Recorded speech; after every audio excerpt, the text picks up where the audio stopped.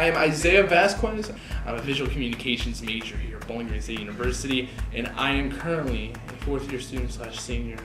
One of the biggest things I would say for a student getting involved with just coming into the VCT program would be to get involved at the university.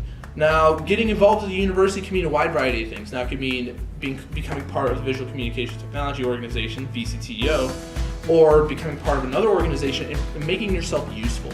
You know, I'm not just someone who works alone. There's a bunch of inner workings that comes into being a photographer, and being able to have a good connection with clients is absolutely important.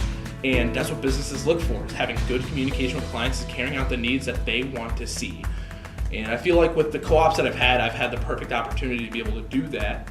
And on top of that, you sometimes get mentorships of the absolute best people in the industry or in your area that provide a service that's second to none to help you improve your craft as a photographer.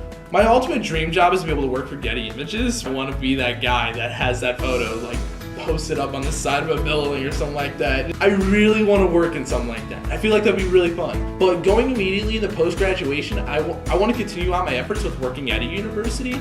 I really want to work at a university because I could really become like the jack of all trades, the Swiss Army knife of them all, you know?